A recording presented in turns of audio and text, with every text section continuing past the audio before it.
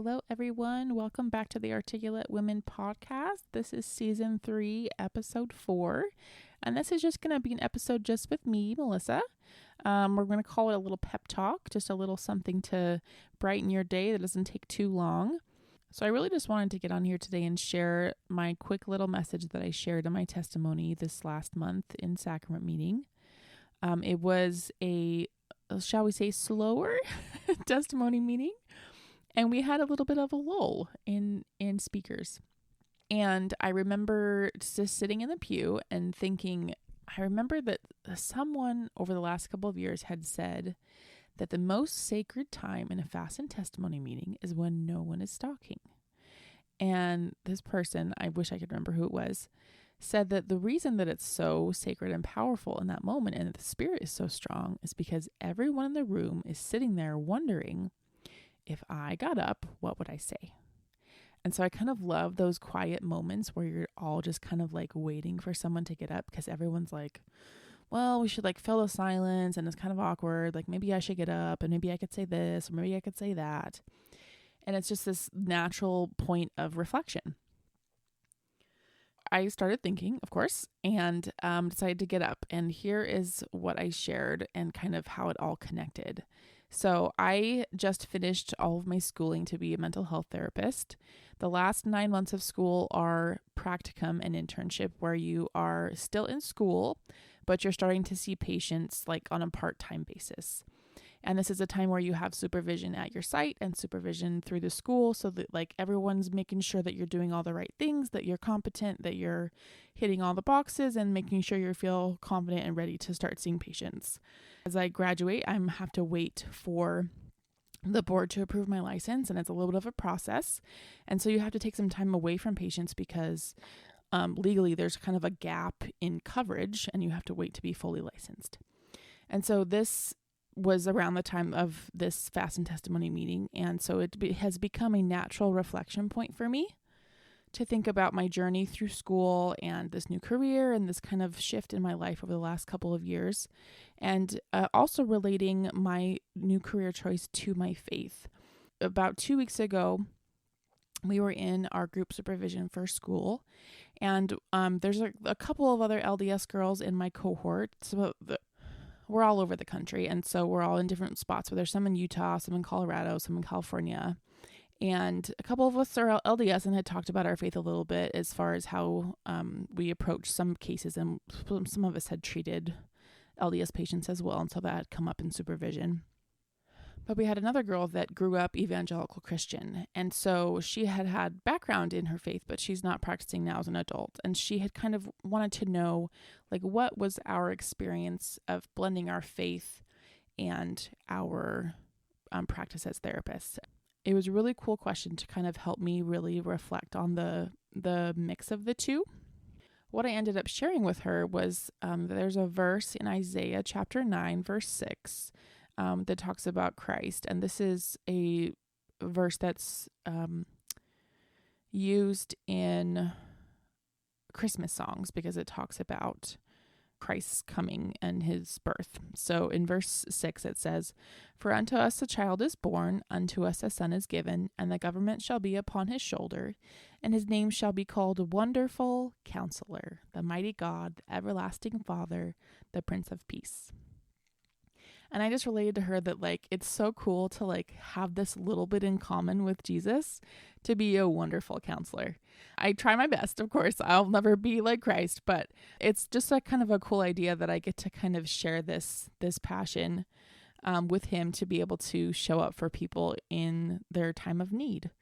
And so as I was sitting in that sacrament meeting in this kind of silent moment, I was reflecting on the silent moments in my therapy room when I'm with patients and kind of started to connect the two. And so when I got up and shared, I talked about the concept of attentive silence. And this is a term that we use in counseling that's kind of and this is a skill that we learn as counselors very early on. It's kind of a foundational skill that you learn. The idea is that when you're a good counselor, the percentage of how much you talk and how much the client talks is very skewed. You want your client to speak the most, And your job is to show up and be there and ask good questions when the moment comes and make them feel seen and heard. Also to make sure that they feel that way without you having to say anything. So this often looks like really good eye contact or a look of concern on your face or leaning forward. But a lot of times what will happen is I'll ask a client a question or like follow up on something we talked about last time or check in on something, and I'll let them speak, and I won't ask another question right away. I will let them kind of sit and see if there's something else that they want to add. Because what we want the session to be client-led. We want it to be person-centered is what we call it in the field. We want the client to feel like they're in control and they get to talk about what is important to them. And so my job as the therapist is to listen with a face and a body language that says, I'm here for you. I'm listening. And I might not have to say anything, but I'm here for you, and I'm going to allow you the space to think through things and make connections. And maybe if they have a hard time talking about something, they're getting emotional, I'll let them have that moment and sit in it rather than trying to like fix it right away. Like I'm okay with sitting in that uncomfortable moment where they're getting emotional and they just need to talk through something. I'm there, and I'm there for it. I'm okay with sitting and waiting for them to talk about it when they're ready. And it's a really hard skill to learn because a lot of times as therapists, one of the skills that we're taught is to assess in order to diagnose, in order to get a good patient history and a family history and all of those things, like to paint a clear picture in our head of what the patient is dealing with. And so it's hard to kind of sit back and let the patient lead and not necessarily have every question answered. And I've had moments where I sit there and I wait for people to talk when they're ready to talk about something hard or if they're getting emotional. And I just sit there and kind of let them know that I'm there and that I'm not going anywhere. And they have me, and they can talk or they can not talk, or they can be emotional, or they can think through something, but that I'm still going to show up for them no matter what they say. And it got me thinking that maybe God does that with us. I think sometimes it's easy to think that God should be talking to us all the time, and that maybe we wish he would talk to us more and tell us what to do. But I think maybe challenging that idea that maybe he's just giving us some attentive silence and waiting for us to talk to him, because he wants to be there for us. He wants to hear from us. He wants to be in the moment and not necessarily give us direction all the time. Because I really believe that sometimes just talking through things really helps. Whether you're talking through things with a friend, with your partner, or in prayer, I think talking through things is very healing. Obviously, because this is what I'm doing for a living and I believe in my profession. But I also believe that God does that, and that's the power of prayer. I believe that God has this wonderful little niche of being a wonderful counselor, and sometimes he wants us to talk to him, and that talking can help all on its own. And even just verbalize some of those things can help us find direction or have an epiphany or gain some insight that is going to help us when we need it.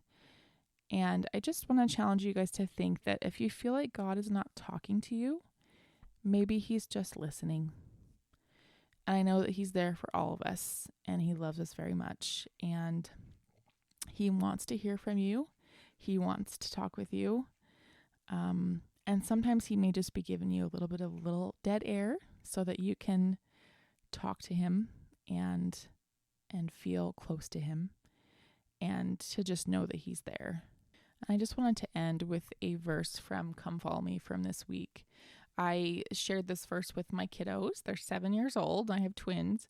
And I wanted to make a better effort to do the scriptures with them. I feel like Doctrine and Covenants is a little bit hard at this age because there's so much history that they might not get.